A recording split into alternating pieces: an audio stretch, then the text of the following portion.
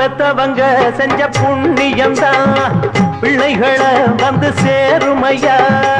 உத்தமரு ரொம்ப ஒசந்தவரு என்ன பெத்தவரு இந்த பெரியவரு. அவரை போல இங்க யாருமில்ல அலசிப்பாரு நீ உலகத்துல. அண்ணனுன்னா அண்ணனையா அன்பு உள்ள மன்னனையா.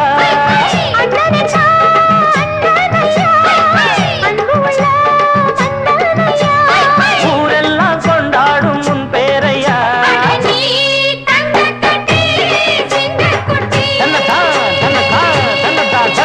நீ பொட்டு வச்ச தங்க குடம்